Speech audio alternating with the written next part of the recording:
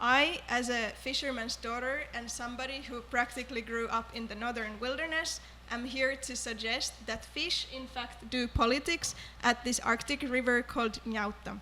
So, in international relations, usually, non-humans are seen as a resource, right? For example, something to be allocated for state use.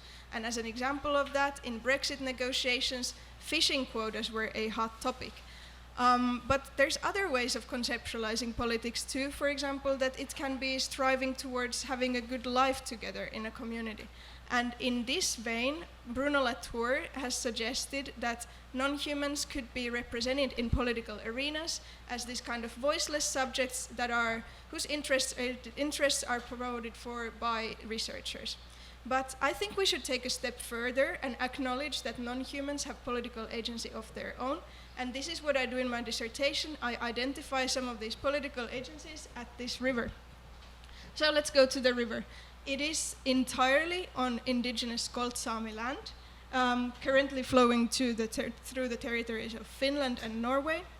And salmon fishing is super important there, always has been, politically, economically, socially, you name it.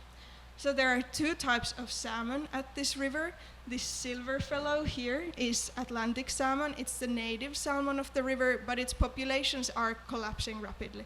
The other one is invasive species, pink salmon, and it has been stocked into nearby rivers in the former Soviet Union, but it, for some reason, has thrived and made the river its home now. So people there who care about salmon are trying to find out why these developments are happening, and this is what my dissertation examines, how people are finding out what's going on and how do they decide what to do about it.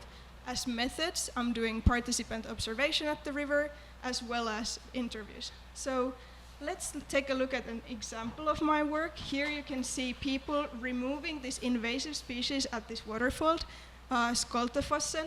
It's easy to remove them there because these pink salmon are too small to jump across the waterfall, so it's easy to just collect them and kill them there.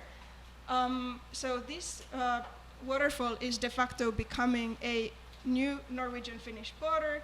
Finnish border is actually 15 kilometers away, but because these fish don't come to Finland, Finland doesn't bother to help Norway in these efforts, which is causing conflict. So, to sum up, if we want to include more than humans in politics, then we should change our ideas of what politics is and how it is done. And this is where I hope to make a contribution.